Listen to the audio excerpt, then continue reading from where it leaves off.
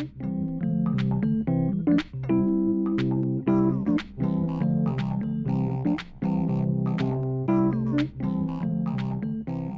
to the Aces Up Your Sleeve podcast. I'm Dr. Cade Sharp. And I am Sabrina Longley. And we are excited to talk to you today at the Aces Up Your Sleeve podcast. A quick disclaimer that this is not therapy, it's not advice.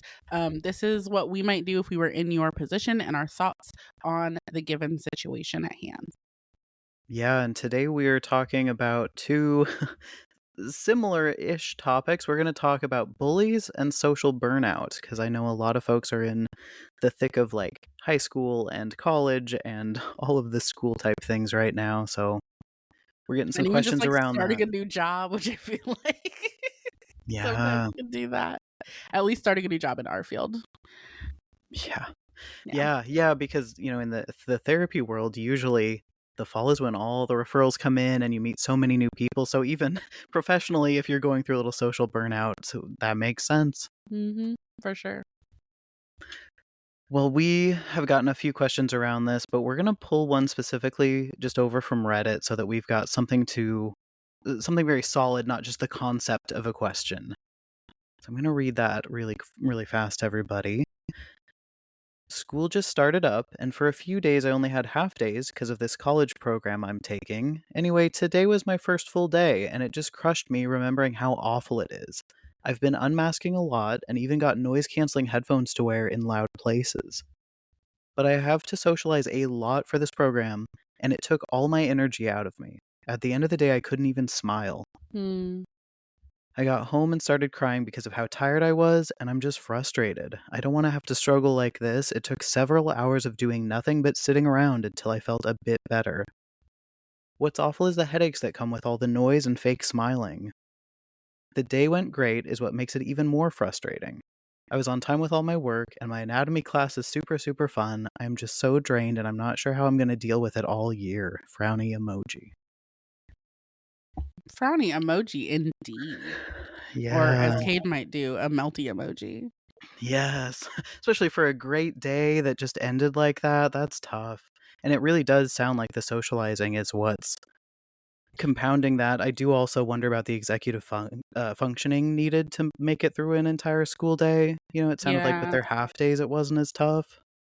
Yeah, I find it so interesting the the end of the day I couldn't even smile, and they said something and fake smiling. Yeah. My very first gut instinct, like as a person who smiles a lot, and I really related to that, like at the end of the day I couldn't even smile because I spend a lot of my day smiling. I try really hard to do that. Not from a like fake smiling point, but from a like I try to find things to smile about point. Um that like even right now, I've been going a lot today and my cheeks are cheeking. Like they're pretty sore. Um but I wonder how much like pressure this person is putting on themselves to be smiling all the time and like why? Like Yeah. does that make sense? Like why are we fake smiling, friendo?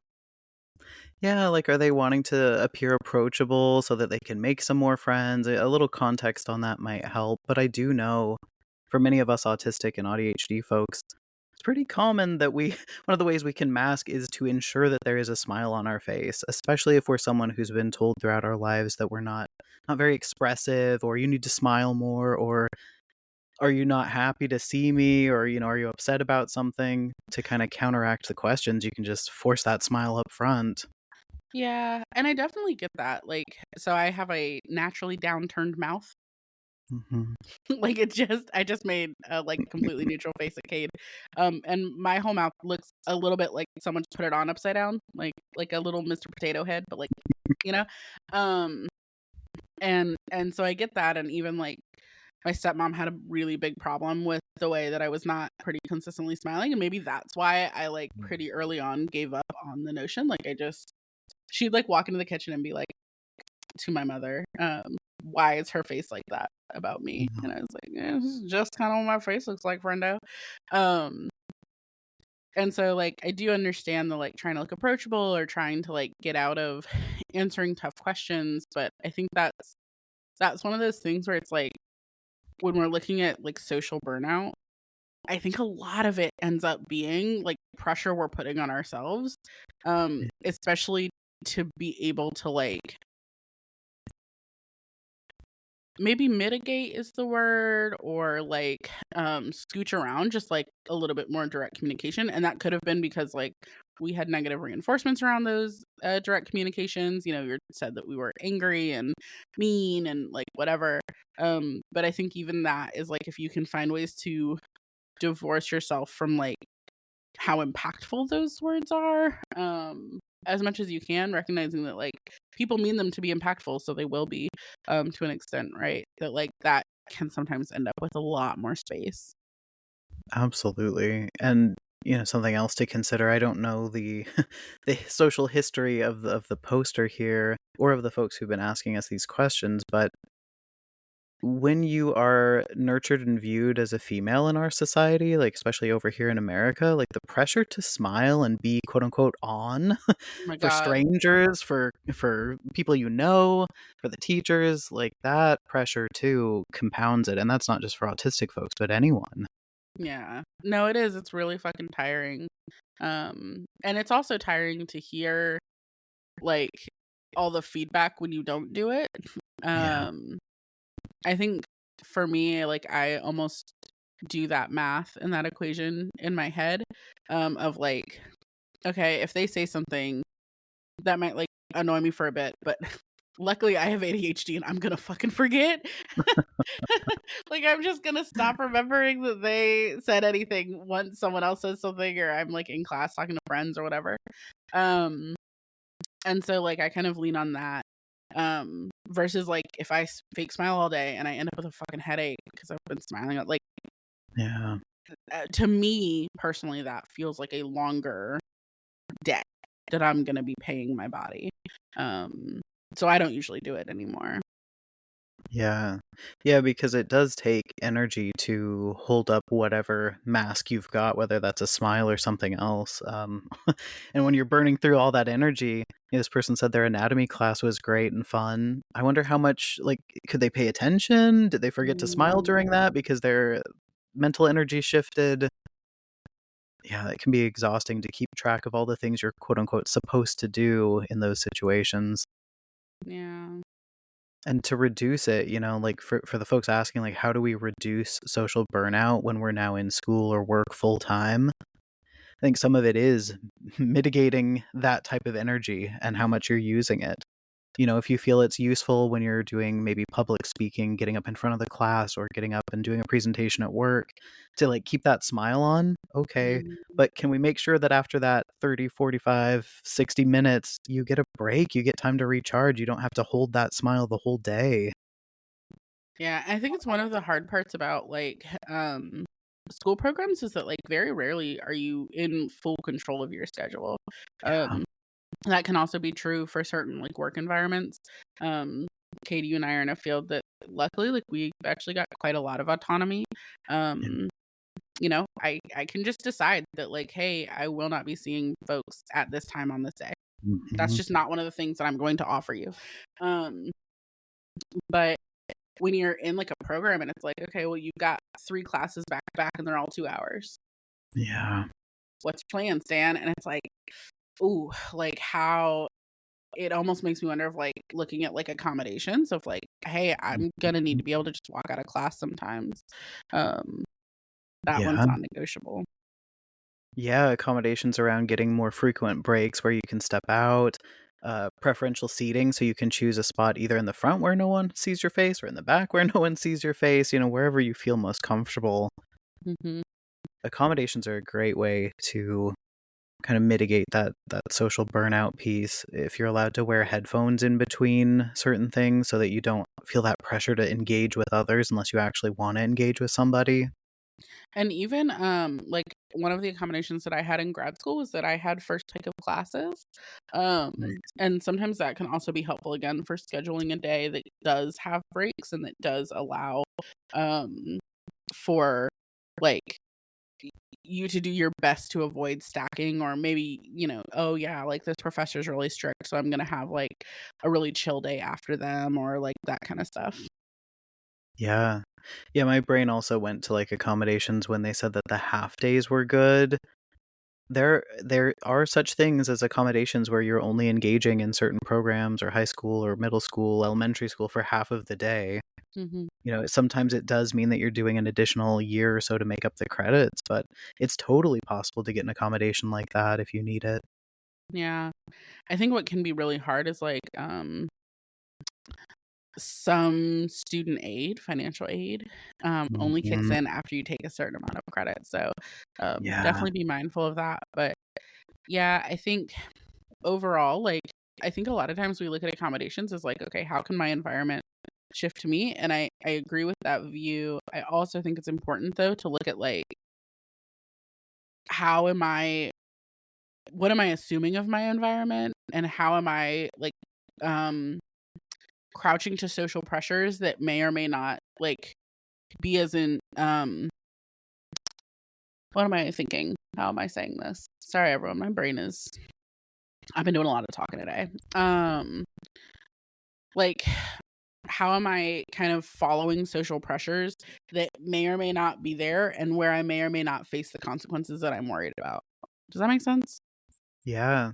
Yeah, because I think one way we can take a lot of the pressure off is by kind of revisiting who do we want to befriend and interact with, you know? Mhm. Like, where do I want to pour out some energy? And are there perhaps certain types of folks that I get along well with where I don't have to outpour that much energy? There may Exactly. be, Yeah.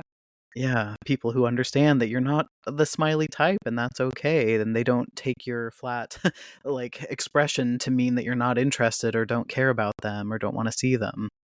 I'm actually a really big fan of like a social buffer. I think I learned this because my grandma handed my grandmother. Um, they were best friends, and then my grandmother married my grandma's ex-husband. So Mm, not ideal. But basically, yeah. like anytime my grandmother would come into town, my grandma would be like, "Do you want to go to dinner with her with me?" And I was like, Yeah. you want some buffer?" Um, but you know, I definitely have found that like it makes it so much easier to be around people that you do feel comfortable with, or that you don't mask with, or things like that. Um, and then have that dynamic go into other spaces, right? So then it's not like, oh, like I'm trying to be here by myself in this place and I'm so focused on everything outside of me, right? That I like can't pull my mask down, versus like, Yeah. oh, I'm really focused on this relationship dynamic with this safe person that I have. I'm not actually thinking about masking that much because I'm thinking about our relationship and how safe I feel within this, you know? Yeah. Yeah, that's a great point. And even, in a school setting or a work setting where maybe you're newer, you don't know anyone yet, it might be harder to bring in a buffer. But say you go to like a study hall or library area, maybe you're bringing a friend that you do know that's just not in any of your classes, or a sibling that you get along with that's close in age that could do their own studying or whatever while you're there. Yeah. Yeah, exactly.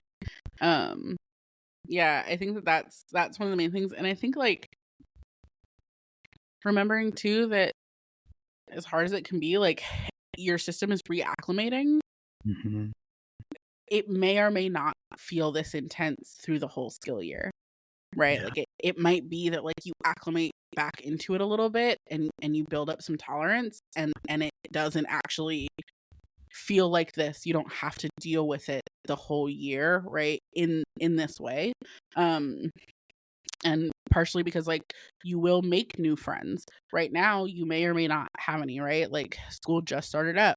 And so like you may or may not already have friends there to do some of these things that we're talking about. It might be that like as the excitement of a new year and whatever calms down, like the noise level drops a little. Like so there could be both environmental and internal factors that kind of start limiting the impact. Yeah. Yeah, and as if you are there trying to make brand new friends, maybe take some pressure off on like a whole friend group. Maybe think, okay, let me find one person to slowly build a relationship with, or two people Mhm. if you don't want to pour everything into one person at one time. And maybe you can challenge yourself to see, like, how authentically can I show up and make that friend, you know? How little can I Mhm. mask? Maybe that's the new challenge for the year, you Yeah. know, finding that balance. And it's hard, like, my friend Maddie and I were talking about it not long ago. Like, it's actually really hard to have this idea of like masking is the enemy almost, right? Because like in some Yeah, situations it's genuinely not safe not to mask. And so, I think keeping safety in mind, um, but also keeping in mind that like building genuine friendships doesn't happen when you're fully masked. Like that person mhm, doesn't know you. And you might not know that person because you haven't engaged with them mhm. um, you know, with as lowered of masks as you can offer. And so, like, I think also, like Kate said, like trying to gamify a little, like, okay, how little can I mask? But also, like, where is it maybe happening naturally? Where is it that I'm not like forcing the mask down? Because that's kind of its own other level of masking. Like, Yeah, this, it sounds like this person really likes their anatomy class. Awesome. Like, can you lose yourself in that like monotropic focus a little bit to like let that carry you in a joyful way? And then I also think like obviously the fucking good old therapist trend of like self-care, rest and rejuvenation. Like what are you doing outside of the class? How much are like pressure are you putting on yourself to like show up to shit after this that maybe is draining? Or yeah, things like that versus like I get home and I tunnel into my video game for 4 hours and then I go to sleep. And that feels good to me. Cool. yeah. Have it. Yeah, you know, maybe being a little mindful of which days do you feel the most socially crispy, and what did you do during those days? Is there a way to perhaps decrease responsibilities or social engagement or whatever you feel was the most taxing on your system that day? Socially crispy is we gotta like make socially crispy merch or something. That's really good. I like that. Yeah, I feel socially crispy often, you know, and especially for like our listeners who are in fields where they talk to humans all day, most of their day. It happens, you know? It happens. Yeah. I will say like I don't have it as much. I often will say like I don't know where my social battery ends. And like I definitely like there's a limit to how hard I can go for like hours and hours and hours. Up, party, party. But like I could just sit and chat with friends or like be in space with other people, depending on who they are.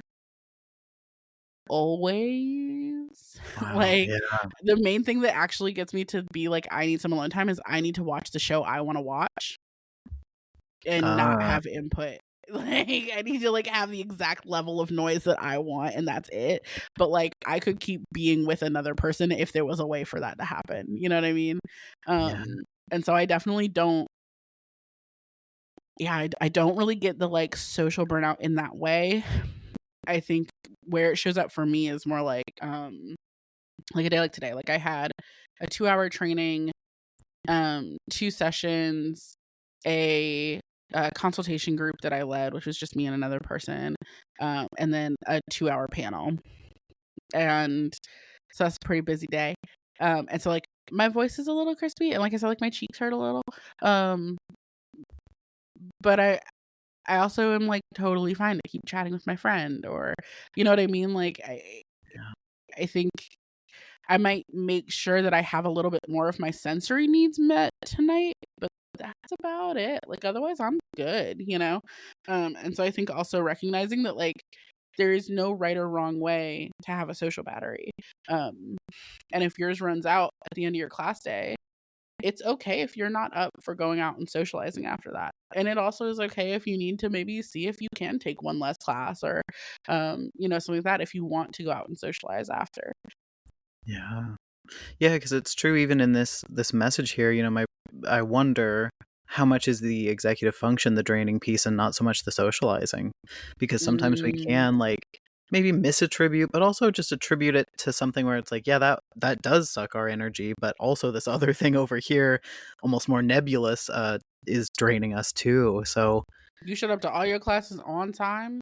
God, Yeah, and I you're am. getting good grades and that takes effort, and so does the social stuff, so it could be a both and, it's not necessarily one or the other that's causing it, but really evaluating what is draining the energy there and when are you noticing the crispness start to set in. The crispiness. Yeah, for sure.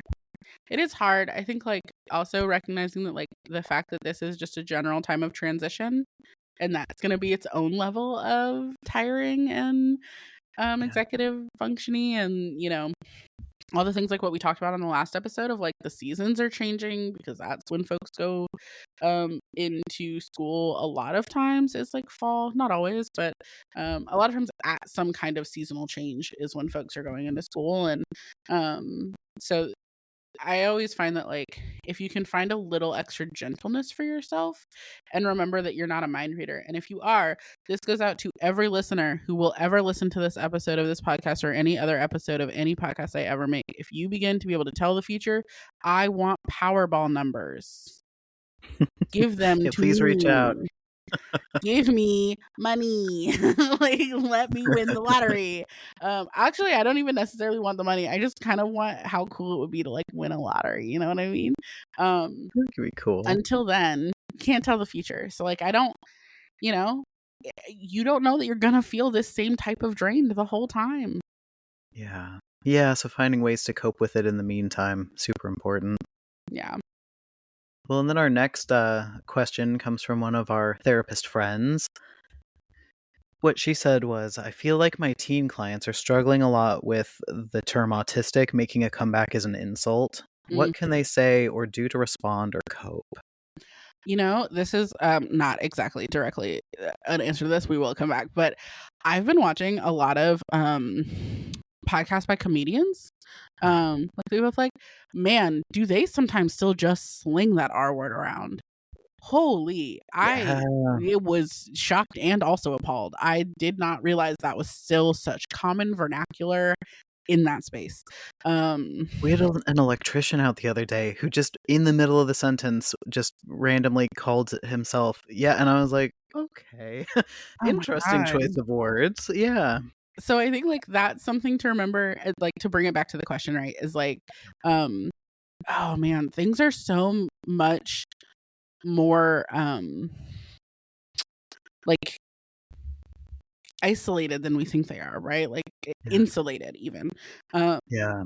where, like so I think that remembering that, like, helping clients to see outside of their own little tiny corner and bubble, um, can be really helpful, as, like, a starting right? That's not, like, the way to respond completely or Yeah. to cope, but just, like, reminding them that, like, the kids at their school are just the kids at their school, and that kids at a different school might not use that or might find that appalling Yeah. or what have you, right?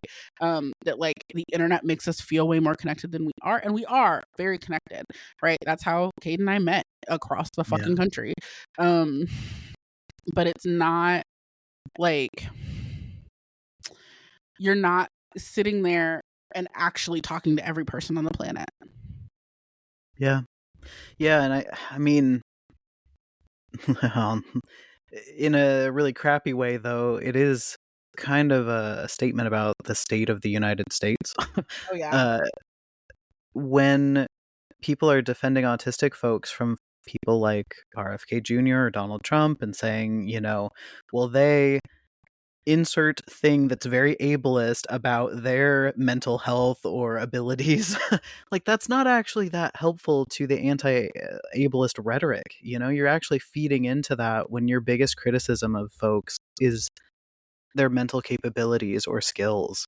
Mhm. So I think, on the one hand, with my teen clients, we talk a lot about politics. I have very politically minded teens. And we talk about, like, well, yeah, it's getting kicked down from, like, everywhere. The world, especially in America, is very ableist still, very sanist still. So things like Mhm. that are going to be used as insults, and it sucks. And also, it's just a fact about you. Like, the worst Yeah. thing they can say is just a random fact about you. Yeah. Like, I think to that point, right, like, it's kind of the same as, like, fat. Yeah. Um, Caleb Heron is one of the comedians whose podcast I've been watching, and, he's a fat guy, and he will sometimes be like, like that, like you're breaking the news, babe. I've been here the whole time. Yeah. Like what? What do you mean? Um, I remember I used to like when I was young, yo mama jokes were big. Remember those? Yeah. Oh, yeah. And they'd be like, da da da da da, yo mama. And I had lesbian moms and was adopted. So like I've got 3 moms. Mhm. Um, and I was big on like which one. That's a good one. Yeah.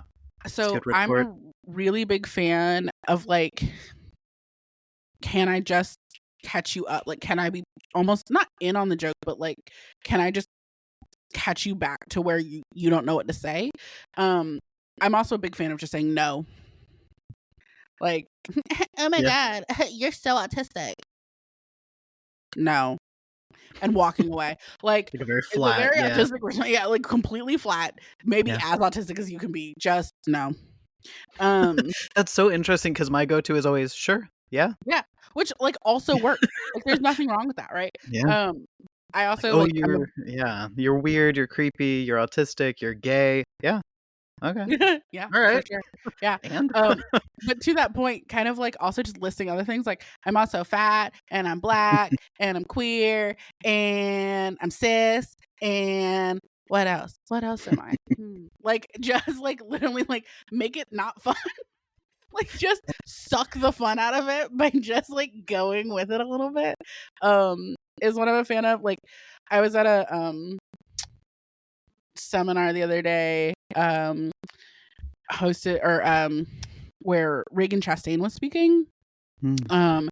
Who they're a like fat activist and statistician. And so one of the things that she was going over with us was like, and here's how I reply when people want to come up to me at the gym and like correct my form or like have comments about oh, like what I'm doing. And because like that's just how that happens. And so the like shoe motion was one for her. And I loved that. I was like, just get on. Like, oh, you're this, you're that, whatever. I did mhm. not ask for you. You can't see me because we don't record our videos.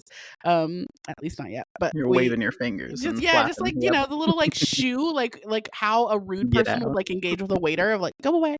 Um, I think like there's so many different ways that you can either like shut it Mhm. down or roll with it, that depending on like one of the things that she said in the training was like she has um the privilege of charisma. And Oh, like I also kind of have that. I've got a little bit of gift of gab. Like I'm pretty quick on my feet. Like that kind of stuff doesn't usually like stop me up too badly depending on like what part of me they're coming after. And so yeah, like I said, like autistic, is that we're meaning this insultingly? What's the insult? I don't understand. mhm. Can you help me understand? What okay. Are you looking for like tips? What's happening right now? Like just playing completely like it's flying over your head. Like I think that there's a lot of those types of things. And what I like most about kind of exploring ways to answer is that you can get really jokey with it in session.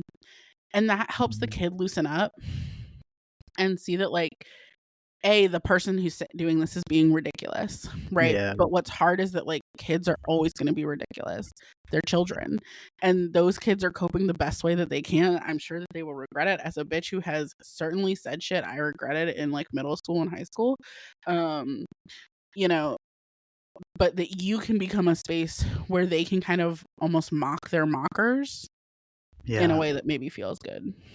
Which also might make them less likely to say something really inflammatory to the person. I think it's tough with a question like this. So whether we've got like parents and guardians listening or other therapists who work with teens, it truly says more about the kid that's doing the bullying than it says about your kid or your client. And sometimes there's just nothing we can say as the person getting bullied to stop it. They will just keep going. They don't care if they get any reaction at all. They're not searching for anything in particular. They're just kicking down the chain. And Mm-hmm. I think reminding the teens too, and the clients like the kids, it's not on them that this person keeps doing that if they're going to continue. Yeah. And yes, you should be able to go tell a trusted adult, but we know that sometimes that does not pan out in a helpful way and can sometimes make the bullying worse. So there's not really a great response to this. We Yeah. would hope that adults would be monitoring and being able to step in faster, but I mean, I've seen and heard of lots of adults actually picking on the students too. That part. Yeah. But yeah, I think like there's something really powerful in being radically genuine that like I can't make your bullying stop and Yeah. I can't make it hurt less. And your parents can't make your bullying stop and your teachers and your principals can't make like you know, I've definitely worked with teens where like the safest option is like pull them out of school. We're out of that Get into class, we're out another of one that and yep. lunch. Yeah. Um and so like, I think always being mindful and alert and aware of that. So we don't want this kind of conversation to like shut them down, but being open that like some kids just suck. Some people just suck. Some people are in their suck era, and are real fucking dedicated to the cause. They're doing it for the love of the game. And in those cases, like as much as it sucks, like relying back on your friends, relying back on your set of people who you trust and where you can go to still feel joy as well. Because like I think that's part of it, right? Is like at the end of the day, a lot of the therapy that I do is focused on I'm not here to stop your suffering. Suffering is not preventable. Pain is not preventable. Difficult, painful emotions are not preventable. They're going to happen, period. Joyful ones will too. And those ones you can actually attract more of, right? And so, where you can, maybe you can mitigate some of the pain, but like I can't stop my friend's cat from passing. That's not, Yeah. I couldn't do shit about that, right? We feed Egg her immortality treats every day, but like I know one day she's gonna fucking betray me on that front. Oh, The pain will come. I have to try my best to have enough positive experiences in my life that they buoy the yeah. pain, right? And they cushion it a little bit. And I think we can offer that to our clients. Absolutely. I know we're coming up on time, but the other piece too on how to cope, kind of what Sabrina's saying, like your friends, if your client doesn't have any friends, your kid doesn't have any friends yet, help them. And Help it doesn't them. mean like you don't have to go like, who wants to be friends with my kid? I'll pay you $10, but like what does my kid enjoy doing? Where are other kids doing those same activities, whether it's online or in person? If it's online, you might want to have some monitoring in place to make sure that they're actually engaging with other people their age and not grown adults being creepy. And then how can we build those relationships with these new friends, and build it into friendships? Yeah, Because and be willing to drive them places and pick them yeah, up and, like, pay the cost of admission if that's, like, something that you can fit into your budget and, like and really prioritize. yeah, don't be afraid to reach out and ask for like, are there scholarship or reduced fee options? We could do a whole separate episode on how do you be a parent or guardian who is autistic and may not enjoy socializing and take your Mm, kids to be social. But I yeah. would say like the community aspect is so important. It's the same advice I give to folks who have trans kids and teens, gay kids and teens. We've got to have some community, because if we're Mhm. the only autistic kid that we know at school and all those insults are hurled at us all the time, that is hard to cope with. That Same is thing with hard your to, Black, brown, and Asian folks, your kids, yeah. your fat kids, like, all of that matters a lot, and did you ever watch the movie Ron's Gone Wrong? I don't think so. Okay, it's a little Disney movie. It's very adorable. I really enjoy it. I often watch it while I'm getting my hair done. Um, so it's this kid and he is in like middle school or something, and basically Apple of this universe comes out with these like little robots that are like little iPhones, but they like roll around and they say hi and they like do shit and it's really adorable. And his parents can't like afford one for him and everyone is playing with all of theirs and they're like making friends with each other, and he's sitting one day on the little bench and his teacher comes up and is like, this is whatever his name is, I'm gonna forget it, which is annoying. um this is his friend corner, come and sit with him, he's friendless. And I was like, Whoa. teacher lady, why would you do that? And then that just reminded me of what you were saying of like, don't go be like, hey, my kid has no friends, please be their friend, but like put them in situations where friendships are likely. Yeah. Yeah. Yeah, please don't point out that they're friendless. Well, thank you Oh, all for joining us. We're going to talk on upping the ante about like more intense forms of bullying, so some stalking, some doxing. So if you want to hear more in-depth stuff, join us over there on the Patreon. aren't we You can glad that we expect, have lived experience in both of those things? yeah. Let's continue leaning into lived experience, and we'll share what we Oh know. man. We've got new episodes weekly on Tuesdays. You can find me over at Cryptid Learns on social media and Sabrina at Radical Insights Consulting on Facebook or Instagram. Yeah, Uh, yeah. Go ahead. if you have any questions for us, you can visit neurokink.org/AUYS and send it our way. We're going to jump over to our Patreon and record Upping the Ante. So we're looking forward to seeing you over there.